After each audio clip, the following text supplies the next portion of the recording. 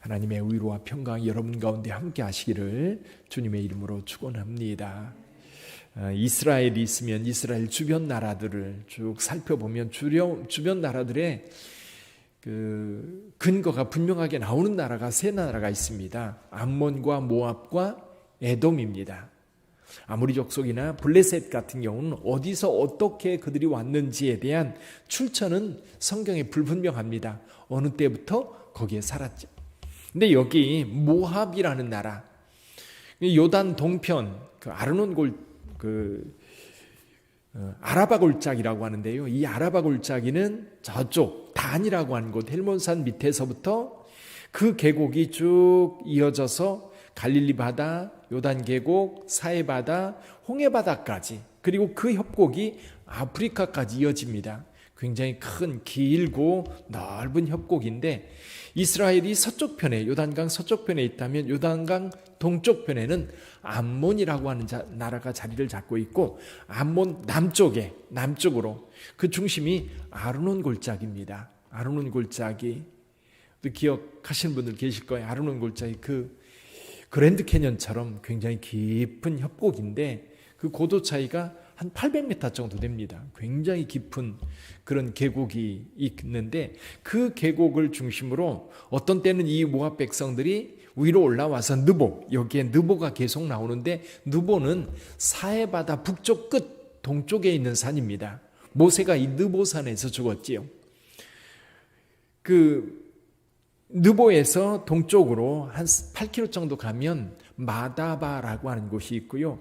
이쪽이 이제 모압 지역입니다. 남쪽으로 쭉 가면서 모압 지역이 형성되다가 저 남쪽 사해바다 끝쯤 가면 그 밑에로는 에돔족이 삽니다. 에돔족은 야곱의 형이었던 에서의 후손들이고 모압이나 암몬은 아브라함의 조카 롯의 아들들이지요. 근데 오늘 모압에 대한 이야기를 하고 있는데 모압은 특히 출애굽한 이스라엘 백성들에게 그 우상 숭배하는 곳에 초대를 해서 이 백성들을 굉장히 고통스럽게 만들었던 그런 족속이기도 합니다. 근데 나중에는 이 룻이 이 모압 여인이거든요. 이 룻이 다윗의 조상이 되었고 다윗도 이제 사울을 피하여 도망 다닐 때 이 모압에 잠깐 피신하였던 적이 있고 부모님을 그쪽에 맡기기도 했었습니다. 그래서 모압과 유다의 관계는 그 역사적으로 보면 그렇게 큰 물론 중요한 몇 가지 사건은 있었습니다만 그렇게 적대적인 관계가 깊지는 못했어요. 예를 들면 블레셋과의 관계를 생각해 보면 모압과의 관계는 그런대로 좋은 관계를 맺었던 것 아닐까 생각을 해보기도 합니다. 근데 오늘 본문의 말씀을 통해서 이 모압이 심판을 받게 되는데 그 심판은 굉장히 혹독한 심판입니다. 거기 아무 도시도 살아남지 못하고 다 멸망을 당할 거예요. 그 사람들이 다 죽을 겁니다. 그러면 우리는 이 모압이 멸망을 당하는 원인이 뭘까? 그거를 좀 우리가 생각해보고 오늘 저와 여러분들이 교훈을 얻을 수 있기를 바랍니다. 우선은 모압이 의지하는 게 뭔가 한번 살펴보죠.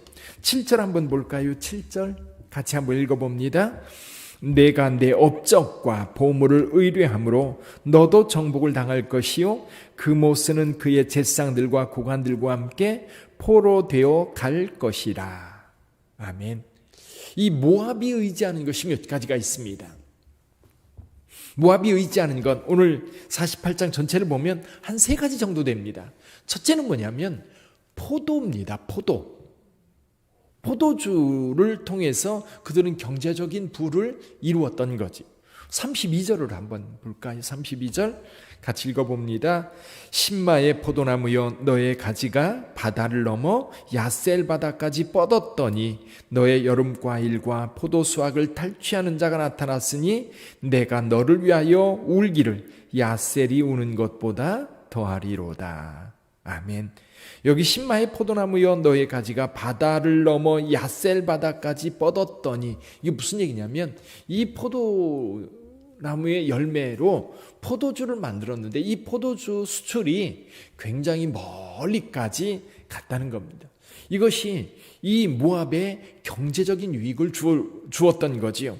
그래서 여기 7절에 내 업적과 보물을 의뢰하였다. 그런 것들을 통해서 벌어들인 경제적인 부요함. 또 한 가지는 군사력입니다. 14절 한번 볼까요? 14절 같이 한번 읽어봅니다. 너희가 어찌하여 말하기를 우리는 용사요 능란한 전사라 하느냐. 이 모압 사람들은 스스로 우리는 용사요 전쟁에 능한 전사라고 스스로 자부하고 있었던 겁니다. 그렇게 자랑하고 그렇게 자부하고 있었던 이 모압 군대들, 모압 군인들, 모압 용사들, 그럼 바벨론이 쳐들어와서 이 모압이 진멸당할 때 아무런 힘을 쓰지 못했던 겁니다. 또 한 가지가 뭐냐면 그모스 신이에요. 그모스 신. 여기 7절에서도 말씀하고 있죠. 그모스는 그의 제사장들과 고관들과 함께 포로가 되어 갈 것이다. 이 모압의 신은 그모스 신입니다. 그모스가 그 민족의 신이에요. 늘 그들은 그모스 신을 의지했고 그모스 신이 자기들을 보호하고 자기를 이렇게 번영하게 한다라고 그렇게 생각을 했던 겁니다. 그러나 이 모압이 의지하는 이런 것들, 군사력이라든지 경제력이라든지 그들의 신앙, 그것은 이 종말의 때에 아무런 도움이 되지 않았어요. 그들이 믿는 그모스 신도, 그들이 의지했던 경제력도, 그들이 의지하고 있던, 그들이 자부심을 가지고 자랑했던 군사력도 그들에게는 그들을 보호할 수 있는 힘이 전혀 되지 못했던 것. 여러분들도 한번 살펴보고 여러분들에게 힘이 되는 게 뭔가? 이번 주일 말씀에 우리의 자긍심이 되는 게 뭔가 살펴보자고 생각을 했었지요. 우리의 믿음 이외에 세상을 살아가면서 세상 사람들은 나름대로 내 삶을 지탱해주는, 그래도 내가 세상에서 어깨 펴고 살 수 있게 만드는 어떤 것이 있어요. 그것이 돈일 수도 있고, 그것이 뭐 생긴 것일 수도 있고, 그것이 그가 가지고 있는 재능일 수도 있고, 자기가 다니는 직장일 수도 있고, 자기가 사는 지역 또는 아파트가 그 사람에게 사는 삶의 힘이 될 수도 있어요.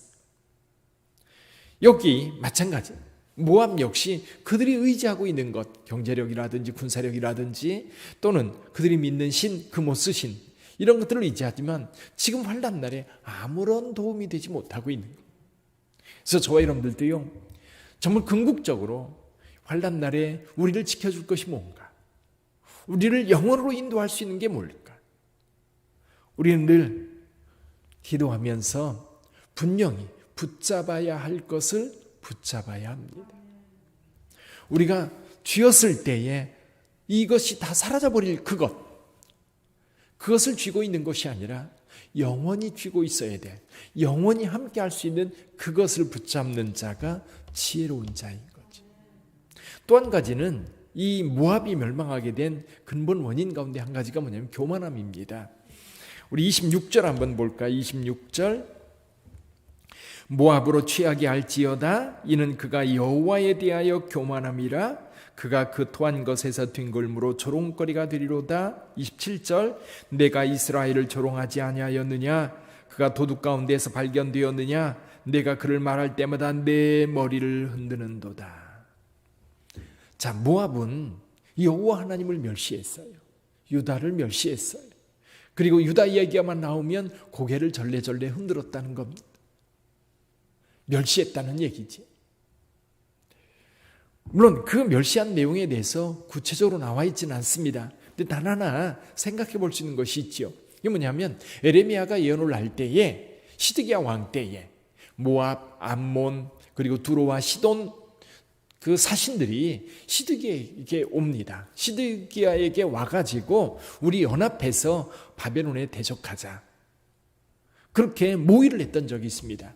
그때 에레미야가 그 사신들에게도 동일하게 어떤 메시지를 전하냐면 멍에 메고 다녔었지요. 너희 나라도 다 이 멍에를 메라. 멍에를 메야 산다. 이게 무슨 뜻이냐면 이 바벨론의 지배를 받아라. 바벨론에게 항복해라.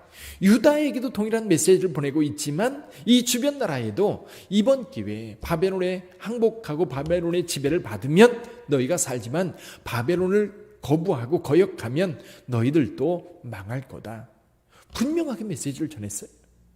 그러나 그들 모두도 유다처럼 이 에레미야의 메시지를 듣지 않았지. 듣지 않은 이유 쉽게 생각해 볼 수 있죠. 그들 나름대로의 신들이 있어요. 금모스 신이라든지 신들이 있는데 이스라엘 유다의 하나님 여호와 하나님 별로 생각하지 않았던 겁니다. 자기들이 믿는 신에 대한 이야기만 생각했지 유다가 믿는 신에 대해서는 그냥 무시하고 말았던 거지. 그 교만함이 오늘 여기에 에레미야를 통해서 선포되었던 그 하나님의 말씀을 멸시했던 모압 역시 멸망을 당할 수밖에 없는 상황이 되었던 거예요. 사랑하는 성도 여러분, 우리 하나님은 전능한 하나님이신 줄 믿습니다. 그냥 단지 유다의 하나님으로 끝나는 분이 아니에요.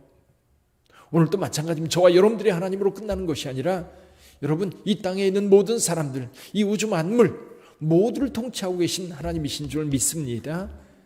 사람들은 무지하고 교만해서 하나님을 인정하려 들지 않습니다. 그래서 교만한 자, 어리석은 자가 그 마음에 이르기를 하나님이 없다 하도다. 하나님이 없다 말하는 사람들 교만한 사람들입니다. 자기네들이 똑똑한 줄 알아요. 자기네들이 능력인 줄 알아요.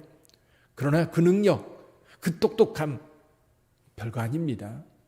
전능하신 하나님 앞에 설 때 그들은 그저 벌레 같은 존재인 거예요. 유다를 향해서 하나님께서 이사야 선지자를 통해서 말합니다. 벌레 같은 야곱아, 그거예요.